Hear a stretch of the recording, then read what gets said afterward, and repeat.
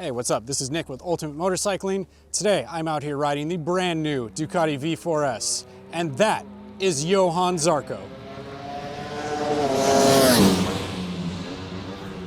So we're gonna get into this review.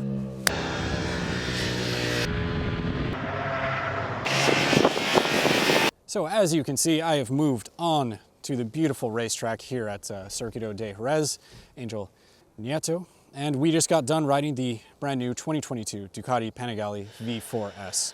Now this is Ducati's flagship superbike, originally launched a few years ago and has been maintained, carefully cared for, and updated. And this is probably the most significant update since its introduction with the introduction of the V4 power plant. Now they've done a lot of really important things, and the tagline for this update is that it's to make the bike much easier to ride. Now, I do believe that they've achieved that goal. That said, it's still a superbike and it takes a lot of effort and concentration to get some good laps down. That said, everything that they have done has in fact made this particular motorcycle a bit more user-friendly. Now, the first thing, and what I noticed immediately when jumping on this bike, is the updated fuel tank. Now it's gained a little bit of capacity, which is really important for those that do ride their superbikes on the road. And the crucial thing that I noticed here is that it's much flatter. So it gives a much better anchoring point when you're leaned over. And it also helps with just bracing when you're braking. You know, I tend to use the inside of my thigh under hard braking zones, like into turn 1 back here.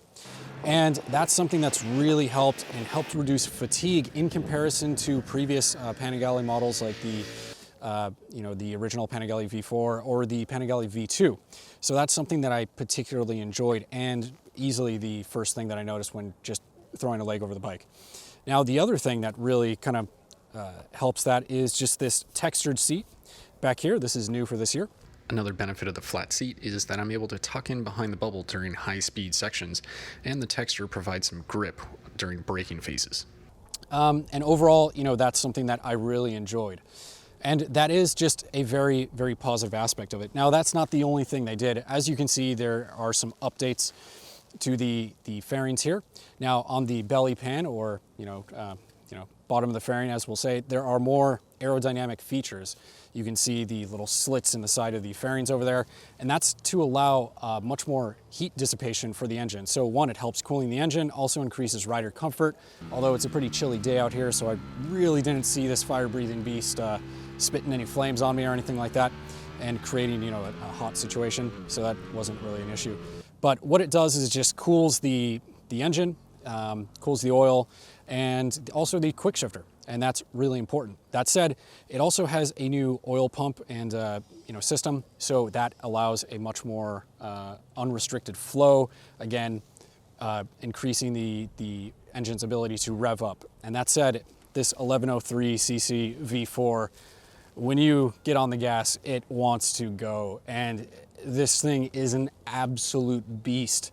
However, it's a civilized beast, we'll say. You know, with all of the electronic rider aids that you have, the updated rider modes and power modes for the engine, it's actually a very controllable engine, despite the fact that in Europe it makes something like 215 horsepower. However, in the States, we get a slightly decaf version that makes peak horsepower of 210 and 90 foot-pounds of torque. Now, importantly, and most Ducati buyers will probably go ahead and do this, you can pick up an official Akrapovic system that bumps that peak horsepower number up to 228.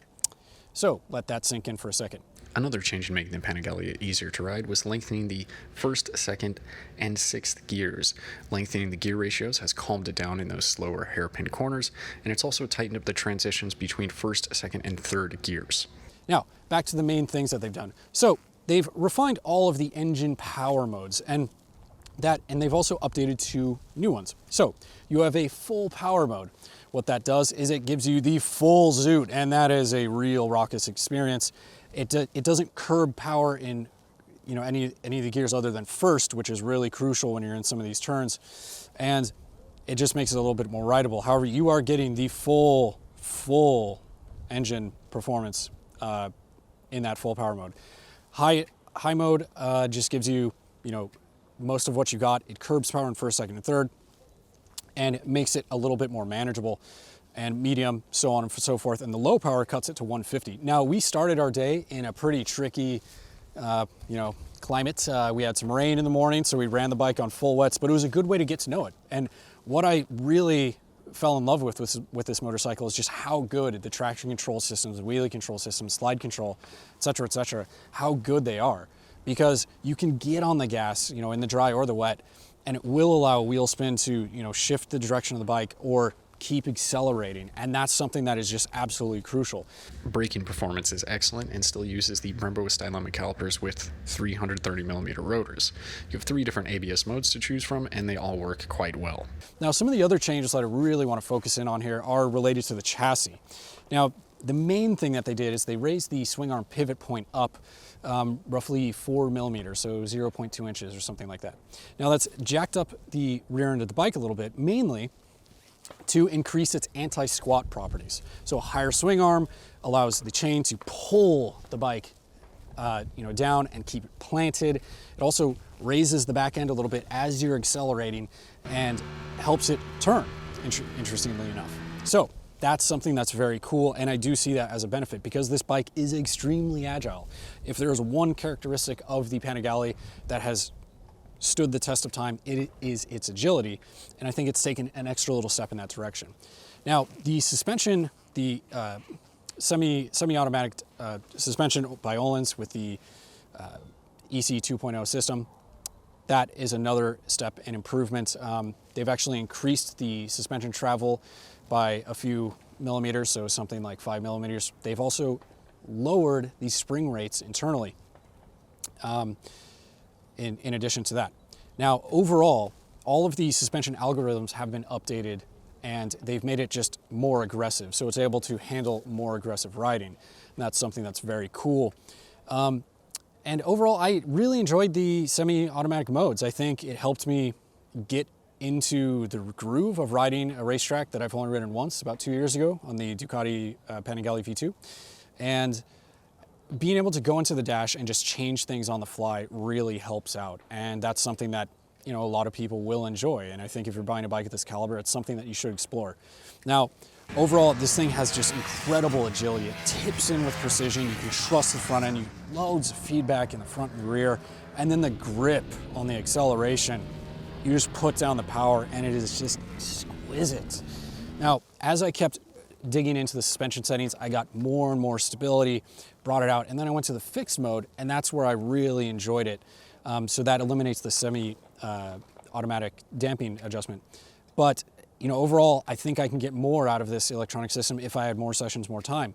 And I'm just impressed with it overall. A couple other really cool changes that I want to talk about before we wrap things up here is the introduction of the Track Evo mode. And that is the dash interface. I know, save the comments. A dash interface isn't usually that interesting, but in this case, it is. Now, the important thing is that it displays all of your rider aids like traction control, wheelie control, slide control, engine braking, and when they activate, it flashes up, say, traction control. You're activating it. So you can understand when things are happening. But overall, I think Ducati has done an extremely good job with this motorcycle. There are a lot of changes here, talking about the updated aero package, which still puts something like well into the 50s in terms of downforce when you're at over 180 miles an hour or something like that. So that helps keep it planted in those very high speed situations, and that's crucial.